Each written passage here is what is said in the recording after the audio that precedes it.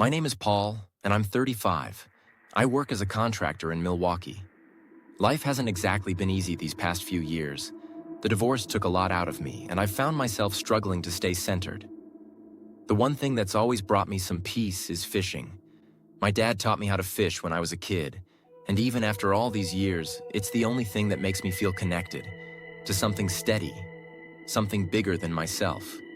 So, when late October rolled around and the air started turning crisp, I decided I needed one last fishing trip before the frost set in. I convinced Steve to join me. Steve's been my friend since high school, skeptical as always, but loyal to a fault. He's the kind of guy who always thinks something will go wrong, but he's also the first one to stand by your side when it does. He wasn't thrilled about the idea of going out to the remote bay near the Apostle Islands this late in the season. But after a few beers, I managed to convince him. "Just one last trip before the frost, man," I told him. "It'll be good for both of us." He finally agreed, though I could tell he had his reservations. We set out early that Saturday morning, just as the first light of dawn was creeping over the horizon. The chill in the air bit at our faces, but the sky was clear, and the lake was calm. It felt like the kind of day where nothing could go wrong. We took my old boat, the same one my dad used to take me out on when I was a kid. I could almost hear his voice as we loaded up the gear, the creak of the boat trailer, the splash of water as we pushed off. Everything felt right. We made it to the secluded bay without any trouble. The water was still, and the world around us felt untouched. Just the sound of the breeze rustling the trees, the distant calls of birds. Steve was already starting to relax. He even cracked a smile as we dropped anchor and cast our lines. It was peaceful, the kind of quiet that seeps into your bones and makes you forget about everything else. But then the engine stalled. It happened out of nowhere, just a sudden sputter, and then silence. Steve looked at me, his eyebrows raised. "Bad luck, huh?" he said, trying to play it off. I shrugged, though I felt a small pang of unease. "Yeah, probably just the old girl acting up," I replied. But it stuck with me. The engine had never failed me before. I tried to ignore it and focus on the fishing, but that sense of something being wrong lingered. As the day went on, the wind picked up, and the air started to feel heavier. We heard a faint sound coming from the wooded shore, a high-pitched, almost human-like cry. I stopped mid-cast, listening. "Did you hear that?" I asked Steve. He paused for a moment, then shook his head. "Just the wind, Paul. Don't start spooking yourself now." I wanted to believe him, but the sound had felt too real, too close. It sent a shiver down my spine. After a while, we decided to take a break and stretch our legs. We pulled the boat onto the muddy bank and stepped ashore. That's when we saw the footprints. Bare human footprints, pressed into the mud, leading in wide, looping circles. They were fresh, but there was no one around. Steve frowned, kicking at the ground. "That's weird," he muttered. I nodded, a sense of unease settling in my chest. We were miles from the nearest town. Who would be out here, barefoot, in late October?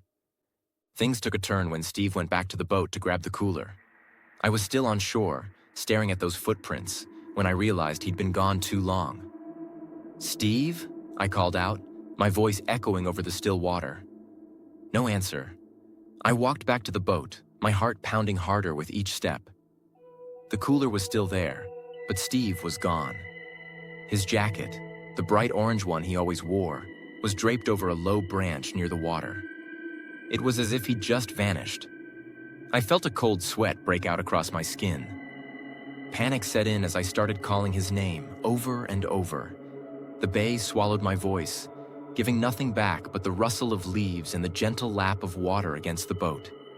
Then I saw it. A figure standing in the water, waist deep, just beyond the reeds. It was still, unmoving, almost like it was waiting. My breath caught in my throat as I squinted, trying to make out any details. "Steve?" I called, my voice cracking. The figure turned slightly. Then, without a sound, it sank beneath the surface. I stumbled back, my legs feeling like jelly. I scrambled to the boat, my hands shaking as I climbed in. I was ready to leave, ready to get the hell out of there, when I saw him. Steve was sitting in the boat, staring down into the water, his face pale and blank. I froze, my heart hammering in my chest. "Steve?" I whispered. He didn't look up. "We need to go," he said, his voice barely audible. I wanted to ask him what happened, where he'd been, but something in his expression stopped me. His eyes looked empty, hollow. I just nodded, fired up the engine, and we left. Steve barely spoke on the way back. He just stared out at the water, his hands clenched into fists. When we finally reached the dock, he got out without a word and walked away. I called after him, but he didn't turn around. I watched him go, a heavy feeling settling in my gut. Something had happened out there, something I couldn't explain, and Steve wasn't the same. A few weeks later, I found Steve's journal. He'd left it in my truck, tucked under the passenger seat. I shouldn't have read it, but I couldn't help myself. The last few entries were strange. Cryptic notes about hearing his name called and feeling watched. One line stuck with me. I looked into the water, and it looked back. I felt a chill run down my spine as I read it, the words blurring in front of my eyes. Months later, I got a call from Steve's sister. Her voice was shaky, and I knew something was wrong before she even said it. Steve had gone back to the bay, alone. They found his boat drifting near the shore, empty. He'd drowned. The date? The same day we had taken our trip. I hung up the phone, my hands trembling, the world around me feeling suddenly unreal. I still don't know what happened out there, but I can't shake the feeling that whatever it was, it's not over. Not for me, and not for Steve. Story 2. My name is Alicia, and I'm 29. I'm a freelance graphic designer from Seattle. My work gives me the flexibility to travel, but honestly, I've never been much of an outdoors person. I prefer coffee shops to campgrounds, city lights to starlight. My boyfriend Kevin is the complete opposite, an avid outdoorsman who thrives on adventure. He's always coaxing me out of my comfort zone, and I'll admit, sometimes it's good for me. So when he suggested a fishing trip to Puget Sound in mid-June, I hesitated, but he gave me that lopsided grin of his, and I caved. I remember packing sandwiches that morning, laughing with Kevin about how I'd never survive a day as a sailor. The sun was bright when we left the dock, the sky a cloudless blue that promised a perfect day on the water.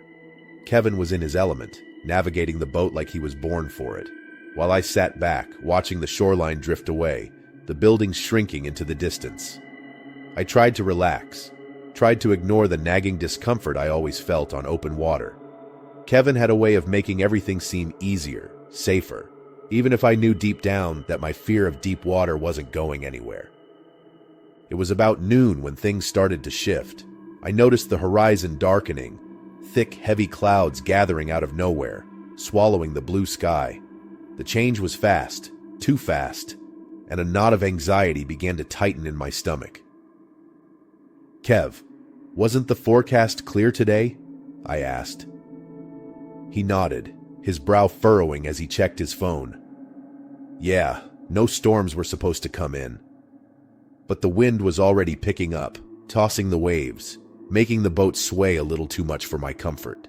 Then Kevin's phone buzzed, a notification that made both of us pause. It was an emergency alert, something about a distress signal in the area. Kevin turned to me, eyes serious. "We're close enough. We should check it out, right?" My heart sank a little. Everything in me wanted to say no, to insist we go back, but there was no way Kevin would ignore someone needing help. I swallowed my fear and nodded. He gave me a reassuring smile, and we changed course, heading toward the coordinates in the alert. The weather was getting worse by the minute, visibility plummeting as a thick fog rolled in, the kind that seemed to swallow everything. We could barely see 10 feet in front of us, and that's when we found it. A fishing boat, just drifting in the mist, no sign of anyone aboard. Kevin called out, his voice echoing across the water, but there was no response. We pulled alongside, and I felt my heart start to race as we climbed aboard. The boat was a mess. Gear scattered everywhere, lines tangled, a cooler tipped over with half-melted ice spilling out. But what caught my eye, what made my stomach lurch, was the reddish stain smeared across the deck. It looked almost like blood. Kevin tried to brush it off, saying it could be anything, but I could see the unease in his eyes. "Let's just take a look," he said. He moved toward the cabin, and I stayed near the edge of the boat, my eyes scanning the water. That's when I saw it, a shadow moving beneath the surface. It was massive, gliding silently just below the waves, and my breath caught in my throat. "Kevin," I whispered, "there's something down there." He laughed, but it was forced, his eyes flicking nervously to the water. I noticed his hand trembling slightly as he gripped the railing. "Probably just a big fish, Alicia. Nothing to worry about." But the shadow lingered, circling the boat, and I could feel my pulse pounding in my ears. We decided to leave. There was nothing we could do for an abandoned boat, and the storm was getting worse. But when Kevin went to pull up the anchor, he froze. "Alicia!" he called, his voice tight. I hurried over, and that's when I saw it. The anchor chain. It had been cut. Not frayed, not broken, but cut clean through, like someone, or something, had sliced it with a razor-sharp blade. My mouth went dry, and a cold fear settled into my bones. "We need to go. Now," Kevin said, his voice barely masking the panic. He started the engine, and I clung to the side of the boat as we turned away from the drifting vessel. The waves were rough, slamming against us, and the fog was so thick it felt like we were moving through a dream or a nightmare. Then it hit us. Something huge, rammed into the side of the boat, nearly knocking me off my feet. Kevin cursed, gripping the wheel, trying to steady us. I looked out into the mist, my heart in my throat, but there was nothing, just water and fog. Kevin grabbed the radio, his fingers white as he fumbled with the dials. He called for help, his voice cracking, but instead of the usual static, a sound came through. Eerie, garbled voices, whispering our names over and over. "Alicia! Kevin!" The voices seemed to echo, bouncing around us, impossible to pinpoint. My blood ran cold. We didn't wait. Kevin pushed the engine to its limit, and we sped away, the boat bouncing over the waves, the fog slowly thinning until finally we could see the shore in the distance. We docked in silence, both of us shaking, barely able to look at each other. Kevin didn't say a word as we packed up. He just kept glancing back at the water, his eyes wide, haunted. I knew he'd heard the voices too, even if he wouldn't admit it. A few days later, I heard from the Coast Guard. They'd found the abandoned fishing boat again, but this time it wasn't drifting in the Sound. It was miles inland, stranded in the middle of a forest, with no clear explanation of how it got there. The officer on the phone sounded as baffled as I felt. I thanked him, hung up, and just sat there, staring at the wall, trying to make sense of it all. But I couldn't. I still can't. Kevin hasn't been the same since. He doesn't talk about that day, and neither do I. But every time I see the ocean, I feel it. That pull, that fear, like something is still out there, waiting for us to come back. Story 3. My name is Marcus, and I'm 42 years old. I live in Tennessee, and after everything I've been through, the outdoors have become my sanctuary. After I lost my wife 3 years ago, I found it impossible to cope with the emptiness of the house. The silence weighed on me like an anchor. That's when I started fishing again. It was something I'd done when I was younger, but I had drifted away from it over the years. It became my therapy, a reason to get out of bed and go somewhere, anywhere, where I didn't have to think too much. My son Jake is 16. He's at that age where he thinks everything I do is outdated or weird, but he's a good kid. One weekend in early March, I managed to convince him to come out with me. I remember him grumbling about it, calling it Dad's weird obsession, but there was a hint of curiosity in his voice that he tried to hide. It was the first time he'd agreed to join me since his mother passed, and I wasn't about to let the opportunity slip. We headed out to a small creek near Cherokee National Forest, a quiet spot I'd been going to for the past year. It wasn't anything spectacular, but it was peaceful, and the sound of the water had a way of easing the tension I carried around. The air was crisp that morning, and there was still a chill in the breeze that hinted at winter refusing to fully let go. We parked the truck, grabbed our gear, and hiked upstream to a spot I'd found a few weeks earlier. It was Jake who first noticed the cave. We were fishing upstream when he nudged me and pointed to the far bank. There, partially submerged in the water, was a dark opening, a cave I hadn't noticed before. "Dad, we've got to check that out," he said, his eyes alight with that teenage thrill of adventure. I hesitated, but then he dared me, and I couldn't back down from a challenge. Not when it was the first real spark of interest I'd seen in him in a while. We waded across, the cold water biting at our legs, and climbed up the slippery bank. The cave was smaller than it looked from a distance, and we had to crouch to get inside. The air was damp, and the sound of dripping water echoed off the stone walls. As our eyes adjusted to the dim light, we noticed strange carvings etched into the walls. Symbols, circles, jagged lines, and what looked like eyes, all staring back at us. "Okay, this is officially creepy," Jake muttered, but he was smiling. I tried to laugh it off, but something about those carvings unsettled me. We didn't stay long in the cave. We headed back to our fishing spot, and that's when the weirdness started. Our bait bucket kept emptying, even though neither of us touched it. I'd bait a hook, and a few minutes later, I'd look over and half the bait was gone. Jake joked that it was raccoons, but there was no sign of anything around us. No rustling in the bushes, no paw prints in the mud, just an empty bucket. "Maybe they're ninja raccoons," Jake said, trying to lighten the mood, but I could tell he was starting to feel uneasy too. As dusk approached, we were getting ready to pack up when we saw them. A pair of glowing eyes, watching us from the opposite bank. They were low to the ground, reflecting the fading light in an unnatural way. "What the?" Jake started, but his voice trailed off. He tried to joke about it, said it was probably a deer, but the chill that ran down my spine told me otherwise. I didn't say anything. I just motioned for him to start packing faster. Then we found the lines.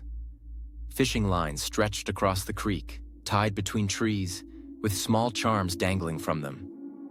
Each charm had a carved eye on it, similar to the ones we'd seen in the cave. They swayed gently in the breeze, the eyes seeming to follow us as we moved. "Dad, this isn't funny anymore," Jake said, his voice tight. I nodded, my heart pounding. It was time to go. We started making our way back to the truck, the woods around us growing darker with every passing minute. That's when we heard it. Something following us, moving through the underbrush. The sound of branches snapping, heavy footsteps crunching against the forest floor. And then, a low growl, deep and guttural, like nothing I'd ever heard before.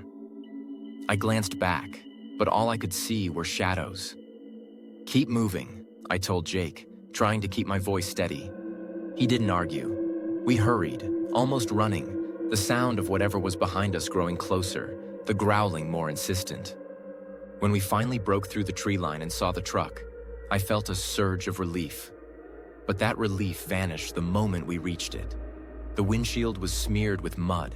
Thick handprints streaked across the glass, and scratched into the driver's side window was one word: leave. Jake saw it at the same time I did, and I could hear his breath catch in his throat. I didn't wait. I unlocked the truck, and we jumped in. The engine roared to life, and I didn't look back as we sped away, gravel flying under the tires. We didn't talk on the drive home. Jake stared out the window, his face pale, his hands clenched in his lap. I kept my eyes on the road, my mind racing, trying to make sense of what had happened. It wasn't until later that I learned about the creek, about the hermit who used to live there, who disappeared in the 1940s. Locals said he guarded the area, that he'd cursed it to keep people away. I don't know if I believe in curses, but I know one thing for sure. Something wanted us gone that day. I haven't been back to that creek since, and neither has Jake. We don't talk about it, but sometimes, late at night, I catch him looking out the window, his eyes scanning the tree line, like he's expecting to see something staring back. And sometimes I do the same.